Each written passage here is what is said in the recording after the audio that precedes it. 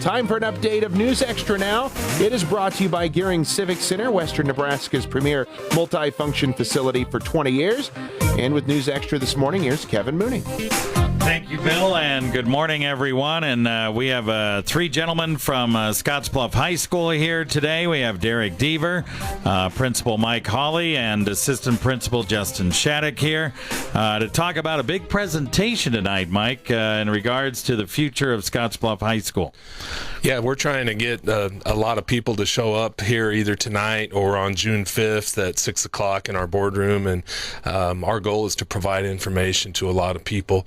We've got some things going on facility-wise at the high school that are going to have to change regardless of anything. You know, we have some plumbing and electrical issues that are going to have to be fixed, and we have some different programming things that we're looking at as well. So we want to just inform people on what we've got going on and make them educated. All right.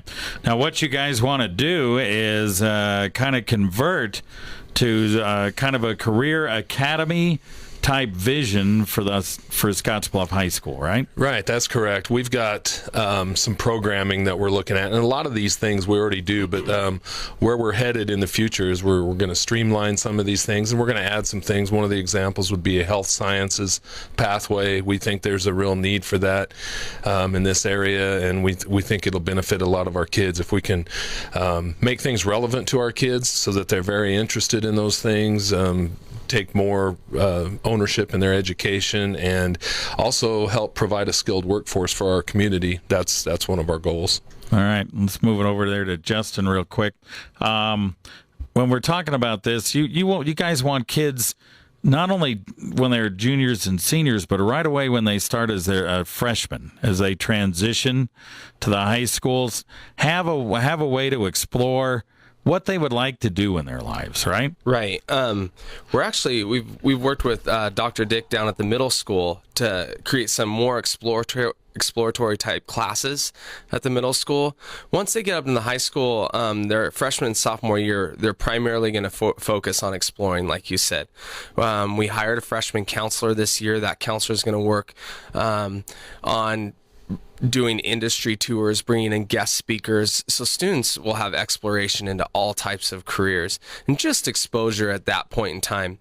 Sophomore year, we're really going to work on soft skills. So if our students go on to internships, or if they're in the community working at, one of our local businesses, they have the soft skills that employers are going to recognize, and they're going to be happy to have an SHS student work for them. Yeah. And for a lot of the employers here in town, they just want somebody that shows up every day, works hard. They don't have to worry about them coming in. They're not just going to take a paycheck and then run. That's the type. They just want somebody they can rely on, right? Absolutely. And we're going to really focus on those skills. And like you said, when they hit that junior, senior level, we can really start working on more of that. I wouldn't say specialization, because students are going to change their mind, but really on that pathway so they can explore a career in more depth and get some certifications, get some dual credit classes, be well on their way to an associate's degree by the time they graduate. All right, very good. We'll take a break, get Derek in here to talk a little bit right after this. With 20 years of legendary meeting success, high-speed wireless internet for 200 computers, Polycom video system on 5 jumbo screens, and the catering overachievers, the meat shop, cooking, you need to call West Nebraska's premier multifunction facility for your next business meeting. Call 436-6888 or visit www.gearingciviccenter.com. The Gearing Civic Center, beyond marvelous.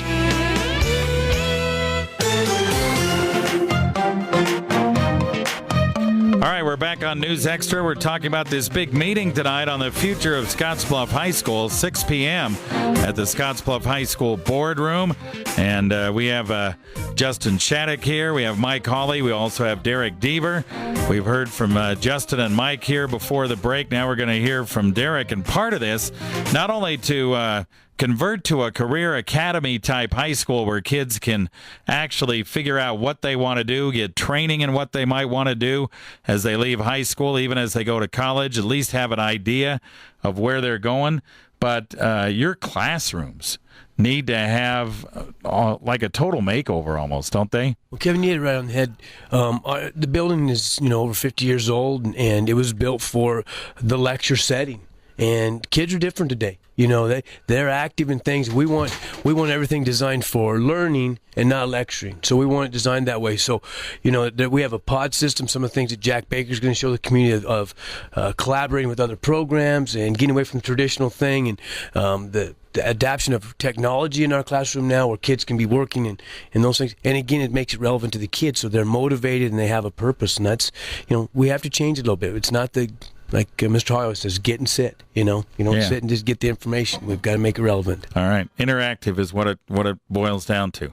So, Mike, when we're talking about funding here real quick before we leave, you guys are going to discuss the construction costs for this. Baker and Associates might give the public an idea of what this is going to cost, right? Yeah, and a lot of it's based on the square footage that we provide, so it depends. One important thing to us is to have our ag building accessible to the other classrooms and core classes, so they can interact with the science classes and do some things. And moving it across the street, right? If we were to do that in the future, then that's more square footage. So with the max of everything that we feel like we could do, we're looking at probably 28 to 30 million, which if they were to ever do a bond with the rates right now, you'd be looking at probably $150 a year on a $100,000 house. So that's one of the ideas they're looking at, and it just depends on the square footage. You can go more and go with extravagant, but we're kind of in the mindset trying to be fiscally responsible and just do the things that will be basic needs for the future of our kids and